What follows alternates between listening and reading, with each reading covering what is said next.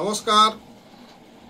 ভারতবর্ষের বর্তমান প্রধানমন্ত্রী নরেন্দ্র মোদীর 11 বছর পূর্তি উপলক্ষে আমি একজন সাধারণ বিজেপির সক্রিয় সদস্য হিসাবে কয়েকটি কথা বলতে চাইছি। বর্তমান প্রধানমন্ত্রীর 11 বছর রাজত্বে ভারতবর্ষ বর্তমানে বিশ্বে অর্থনৈতিক, রাজনৈতিক এবং সামরিক দিক থেকে এক শক্তিশালী দেশ হিসাবে পরিগণিত হয়েছে।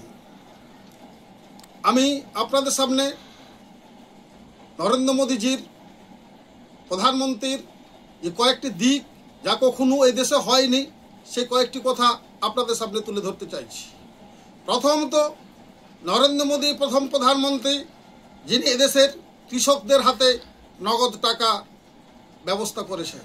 আপনারা জানেন, এদেশের কৃষকদের হাতে নরেন্দ্র মোদী নেতৃত্বাধীন সরকার প্রথম যিনি উপলব্ধি করেছিলেন যে কৃষকদের হাতে নগদ টাকা দেওয়ার ব্যবস্থা হয়েছে।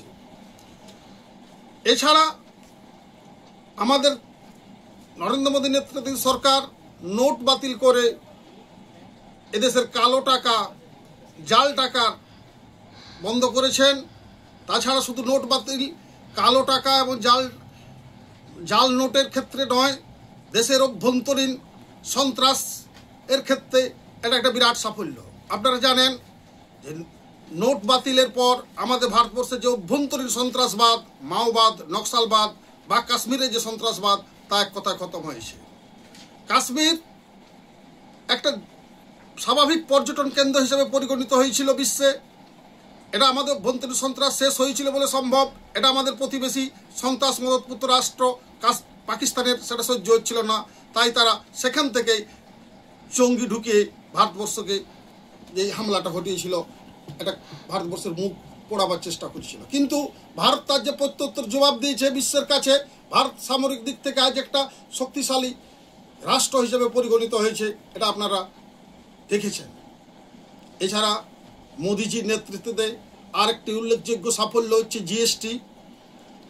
2017 সালে আমাদের ভারতবর্ষের পার্লামেন্টে জিএসটি চালু হয়, অর্থাৎ ট্যাক্স ব্যবস্থার যে সরলীকরণ।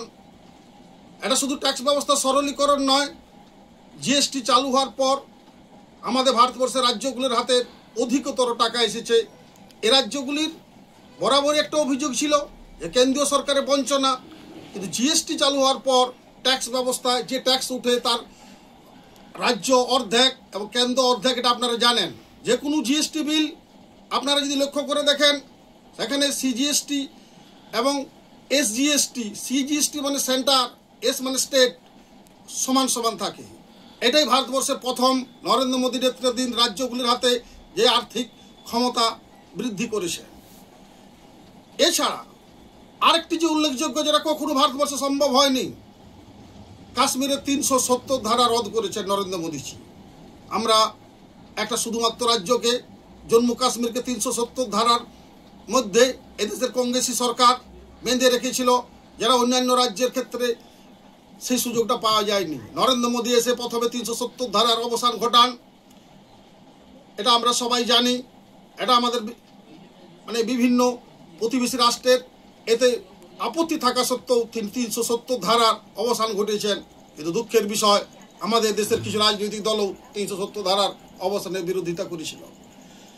নরেন্দ্র মোদী নেতৃত্বাধীন প্রথম সরকার মানুষের চিকিৎসার জন্য 5 লক্ষ টাকা পর্যন্ত সহায়তা করেছেন আয়ুষ্মান ভারত প্রকল্পের মাধ্যমে, এটা আপনারা জানেন।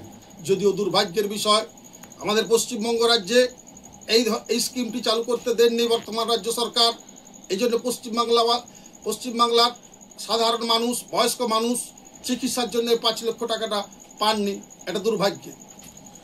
কিন্তু সারা দেশের মানুষ আয়ুষ্মান ভারতের মাধ্যমে চিকিৎসা করে একটা যে নরেন্দ্র মোদী যে একটা সদর্থক মানবিক বার্তা দিয়েছেন, এটা আমরা লক্ষ্য করেছি।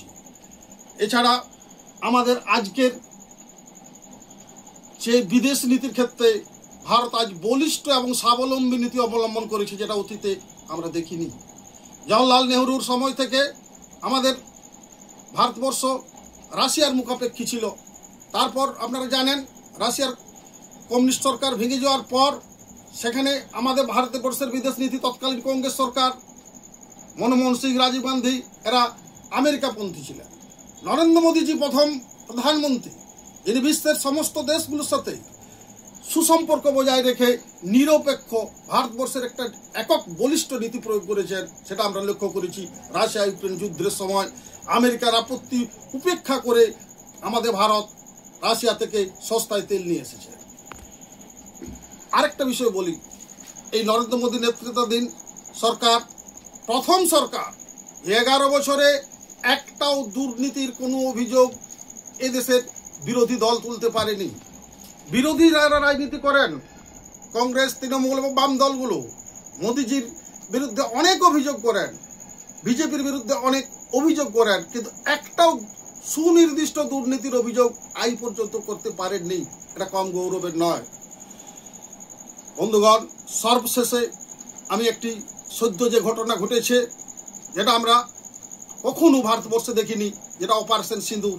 আপনারা কাশ্মীরের ক্ষেত্রে দেখেছেন পাকিস্তানের জঙ্গিদের এদেশের নিরীহ পর্যটকদের ধর্ম বেছে যেভাবে হত্যা করেছিল, তার প্রত্যুত্তরে সারা পৃথিবীর আপত্তি উপেক্ষা করে আমাদের সেনাবাহিনী পাকিস্তানের অভ্যন্তরে তাদের সন্ত্রাসী ঘাঁটিগুলোকে গুড়িয়ে দিয়েছিল। এই প্রথম ভারতবর্ষ সন্ত্রাসের ক্ষেত্রে বিদেশ পররাষ্ট্রের মানে অন্য দেশের অভ্যন্তরে গিয়ে হামলা করেছিল। এটা আমাদের সামরিক তথা গর্বের একটা বিষয়, এটা বিশ্ববাসী আজ উপলব্ধি করেছে।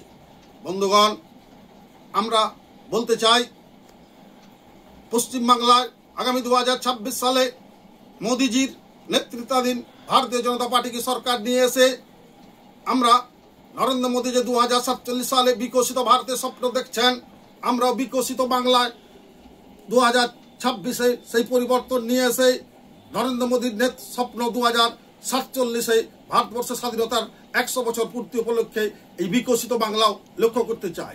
তাই আমি আমার একজন ভারতীয় জনতা পার্টির সক্রিয় সদস্য হিসাবে আমার জনগণের কাছে আবেদন, অনুরোধ, আসুন এই 2026 সালে আমরা ভারতীয় জনতা পার্টির নেতৃত্বাধীন সরকার তৈরি করে কেন্দ্র এবং রাজ্যে একটা ডবল ইঞ্জিনের সরকার, উন্নয়নের সরকার, দুর্নীতিমুক্ত সরকার, সামরিক দিক থেকে একটা শক্তিশালী সরকারের অংশীদারি হই। নমস্কার।